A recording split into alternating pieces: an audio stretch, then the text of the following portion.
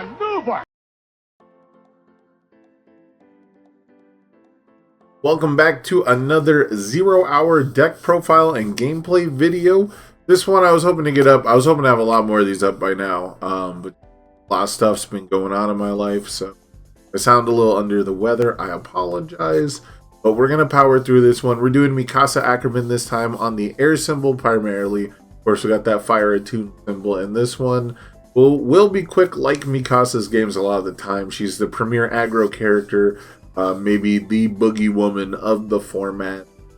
You know, just kind of obvious on face if you're entrenched in the game where this strength comes from. So let's look at her. She's got 7 hand size, 23 health. Response, discard 1 card. After you play an attack, clear 1 card from your card pool. This attack gets +1 speed for each time you have played this ability this turn. Response, commit 1 foundation. After your attack deals damage, draw 1 card. So pretty obvious little gameplay loop. When we play an attack, we want to discard a card from our hand. That's going to clear a card from our card pool. That's going to reduce our progressive difficulty, and you'll see in the gameplay video, if done optimally, we will be playing all of our attacks on a 5 pretty much for the entire game. So why that is important is because if we check well and we don't have to commit any foundations, commit any resources to play our attacks, that means they are free to commit to pay our cost to allow us to draw more cards. So the very early versions of these decks are very straightforward. This one is no exception. If you're planning to take this to Atlanta, there's almost certainly going to have to be some kind of defensive tweak that you'll need to make to this deck. Maybe even just as simple as adding the Cape of No Returns that you see from the sideboard into the main. But for right now, this is the sort of the stress test, the limit test, see just how gross can the offense be, because Mikasa is really good at popping off early, and she's really good at operating with very few resources. So if you're afraid of the ruin keyword, she can play around it pretty well. And you'll see with a lot of the card draw that this deck has access to, building a big stage isn't super difficult. So there's some of the problem matchups that you're going to have, some of the more defensive decks that have a transform at 9 foundations ability that they, might not want to use immediately. Ymir decks don't always want to transform like as soon as possible, although they typically do. You can kind of leverage that against them. So let's jump into the actions first, because I think the actions are kind of interesting here. We've got Seething Anger. Card doesn't count towards progressive difficulty to play attacks. Obviously very good, very nice there. It being a 0 diff is also pretty important, because this becomes our best way out of breaker situations and out of cards like Airy Smiles and learning this. The form Mill 2 draw card is also just really, really nice, because you'll see in the attacks we have the Beast Summoning. So any kind of self-mill is nice. And also knowing the contents of your deck, something that doesn't come up too often in this game, is when you get to a low deck size, you can do the math on how likely you are to check an attack or check a certain card even a lot better. So getting through our deck fast is an information boon. And you always want to be drawing more cards. It's got a +1 mid block, which is super solid. A lot of the defense for this build, is coming from just pure resources and the fact that you have to win the race. If you have absolutely no defense against Mikasa, that card draw gets out of hand really fast. So punishment turns, backswing turns from Mikasa come very naturally, just because of the amount of card draw that she gets for hitting people, right? For punishing them. So any extra card draw you get to make the backswing, to make that pressure more consistent, is really good. On the other hand, we have Support of Your Friends. Very similar. We have form draw 2 cards this time, but it's going to cost us 3 difficulty. Not hard at all. And this form can be done at any time in the turn, so it not being a first form or anything is a huge deal. But the response remove is also really cool. Before your attack's block step, it gets +2 speed and +2 damage. So this is a little bit of damage pump that comes from the hand, so you'll see people mess up their math. A lot of times against decks that are overwhelming like this, After a certain point, your speed pump is too high, you played too many attacks, the rivals had to answer an attack earlier with a block or something like that before the speed gets too high. So later in your strings, they're going to rely on damage reduction, and this allowing you to, beat a reset or beat something that puts damage down to 0 can be pretty important, because getting a draw trigger in those desperate turns, where 2 damage is making the difference between drawing one more card and things like that, it being from hand is a big deal. So the deck itself is a little light on damage pump. You can see our spams that we'll get to later does have, some nice low investment, low cost, your traditional destroy for +1 damage. But having that surprise damage from hand is pretty cool, and you're going to get loaded with a lot of cards playing this build. So having ways to turn cards in hand into damage, even if it's just +2, is really good, on top of the fact that this is a card we can fail. As a response, we can check a 3 on this, and we can just decide to fail it, right? It'll almost always be on a 4. And so having a additional card to kind of mitigate the amount of times that you can check poorly in a turn is a huge deal when you're trying to play as many attacks as this deck. So do not sleep on Support of Your Friends. This was a late addition. I actually played the very first version of this deck with just Seething Anger, because I thought Support of Your Friends might clunk up my early build turns, but we have so many low difficulty foundations that when that did happen, Support of Your Friends on a 3 to draw 2 cards turn 1 actually unbricked me, got me back to a 4 build. So it's a very, very strong card. It's a very open-ended sort of effect that's kind of easy to overlook, but when you're playing like slightly, I think we're above 60. No, we're at 60. I apologize. We're at 60. So when you're playing a 60 card deck, the deck just gets smaller and smaller. So again, talking about that deck knowledge, talking about consistency of finding all the attacks in your deck, so you're only going to check well for like those last 5 to 7 cards. You can usually get away with maybe 1 attack being in there. So Support of Your Friends makes us burn through the deck way faster. And again, +1 mid block. So like these cards are not stuck in your hand. Seething Anger and Support of Your Friends are almost never stuck dead cards in your hand, and that is a huge benefit when you're trying to play 8 actions in a 60 card deck. Electric Moth, this one is very simple. You're going to see a lot of the same thing. Warning you, you're going to see a lot of the same thing with these attacks, right? So discard a card, draw 2 cards. If the rival has 10 foundations, we're going to draw 3. The only thing this attack does for us, that's all it needs to do for us. We have so many synergies with when you discard this card, you're going to draw a card. You can play some of the damage pumps if you like those. Those are pretty good. I've seen people play problem solving to combine with this card. I think that for the most part, we're just trying to pass our checks, and if people are playing damage reduction, that means that they're almost certainly not going to be able to block very well. So, the other parts of this attack, being a 3 speed, doesn't become as much of a liability. So absolutely amazing, macro card to get tons of card draw going. Again, it's so hard to brick with this deck because of the places that you get the card draw going. Shoot Style Knee Smash. This is a 4-4 that when it leaves your card pool, you're going to draw a card. This is another one that kind of encourages you, just like problem solving, to have like other ways to discard during the enhanced step. I can't say the 3 health would have ever mattered in any of the games I've played with this deck, but ripping off a latent skill during this and gaining 3 health is not too bad. EX2 being our only real momentum dump is a little important here as well. So 4-4, just an annoying attack to deal with, and the main thing is it essentially refunds our clearing the card pool cost. 1 for all, full counting 8%. This is the main reason I want to play the air symbol. I do think the fire version of Mikasa is very, very good. Has a lot of things going for it, but for me personally, I like the storm count. I like to keep a die next to my character with how many attacks, I should say, have left the card pool. And kind of having this looming threat, this attack becomes so unblockable in Mikasa. You clear 4 cards from your card pool. It comes in with 4 speed from her response, and then you're going to give it another 4 speed. This thing is 10 plus speed regularly in this deck.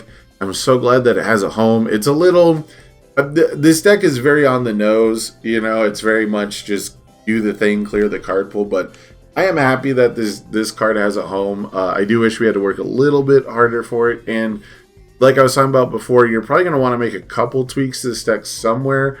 One of the things I've been trying to find is, because of the shoot style knee smash and the one for all, I'm trying to justify playing the family technique Ida 1 diff just so I have something to ready during this attack.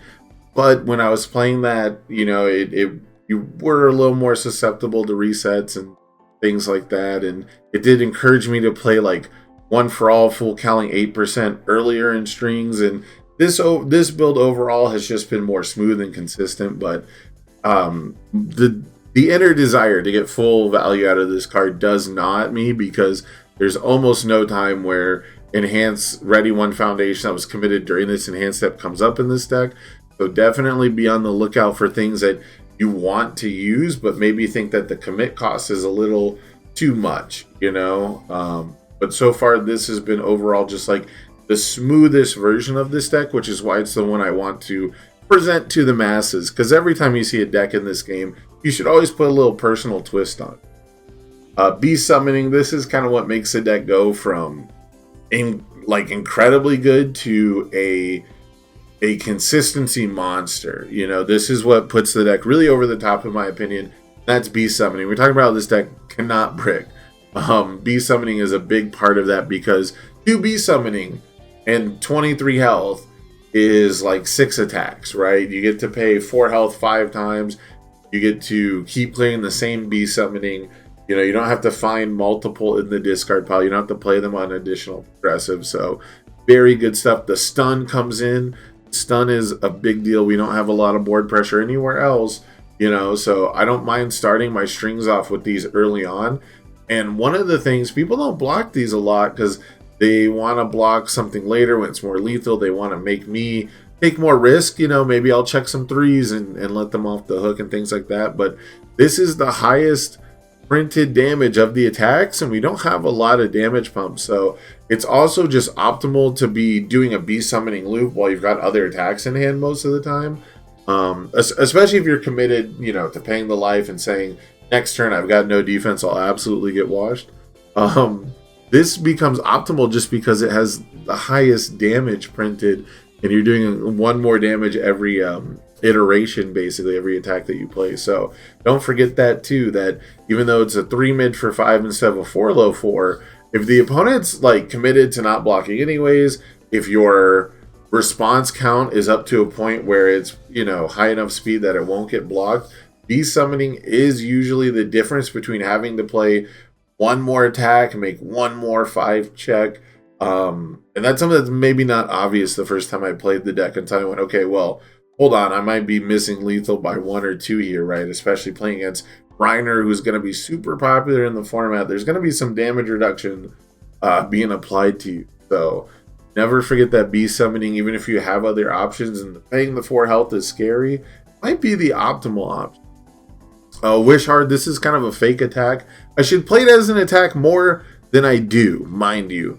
As a lead-off attack, being a 3 difficulty, I cannot express how much of a big deal that is. Especially if you want to do the support of your friends, you know, or the seething anger first. Getting a 3 difficulty attack out there for, you know, just minimal risk, basically none if it's on a 3, right? We don't play 2 checks.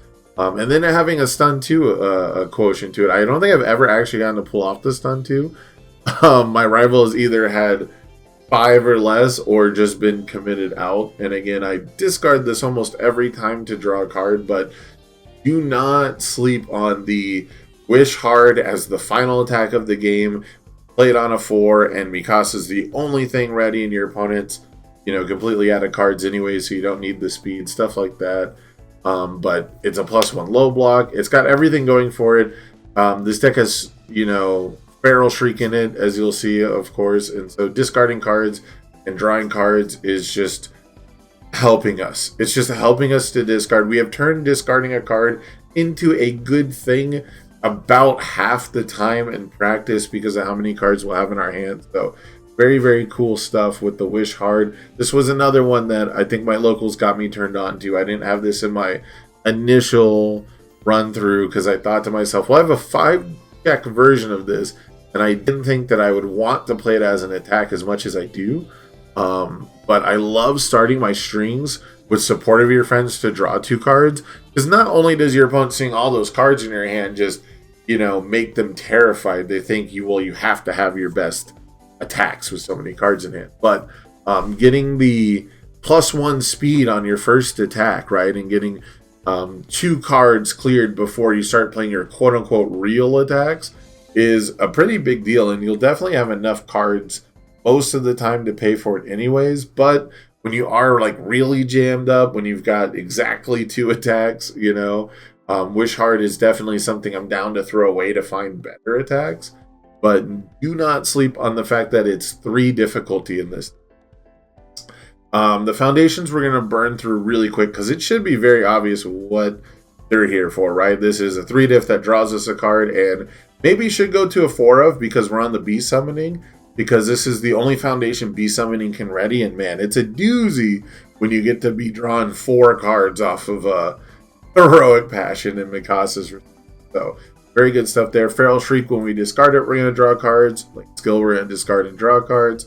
Defiant Stance, we're going to draw a card for free this time. Incompatible Quirks, this one I actually liked as a 2 of as well. I really want to get down to 60 though, but if you're going to go up to 62 to 63, Incompatible Quirks is definitely fine to have a second copy of, because when you have it down, refunding your cost is so mad. Speaking of refunding your cost, we do have Mother's Embrace, which is, pretty much every time you play an attack, you'll get to do this. We've got Skilled Swordsmanship, which this is kind of the flex spot. I valued having the extra speed at first, but it doesn't seem like that's as important with this deck. Your speed really does get going, but in my head, I thought, okay, well, my first attack gets 2 speed because I didn't discard anything from my card pool yet. It kind of balances out the whole turn, and it lets me play my better attacks a little bit first, but all the attacks are the same. They're all like 4/4s and 3/5s. So this one probably would be the first thing I would cut if I was looking to just add a little more interaction, maybe a speed reduction card. But this is the one I've been using for the block zone and for that early aggression to really, punish bad builds and things like that. Weightless is just another refund foundation. Neji Ray Chan and Basic Training are just our damage pump, because we're really going for volume here. We're really going for a quantity over quality, but you gotta have a little bit of damage pump. So after playing this deck a little bit, my first recommendations might be find a little defense in the main board and find, a little bit of blanket damage pump. I don't know if Vast Hybrid ever gets to go in this deck, unfortunately. But if you could give you like a blanket +1 damage to everything, that's going to be a personal decision how you do that, whether it's maybe Grenadier Bracers or something like that. But that would be the first adaptations I would look to make if you were trying to make this deck your own. But that's it for the deck profile. Hopefully that's all sort of as self-explanatory as it was in my head. This did take 20 minutes to go through every card, just because there is so many incredible plays you can make with this deck. It looks so linear on the other side, but of course every micro decision, as you're going to see in the gameplay part later, every micro decision can lead to success or failure. So there is that risk that we're assuming, even if the deck is admittedly one of the easiest I've ever played. But let's jump into the gameplay and see how difficult Mikasa is. So now we've got the gameplay footage here. This actually came from my stream on Wednesday.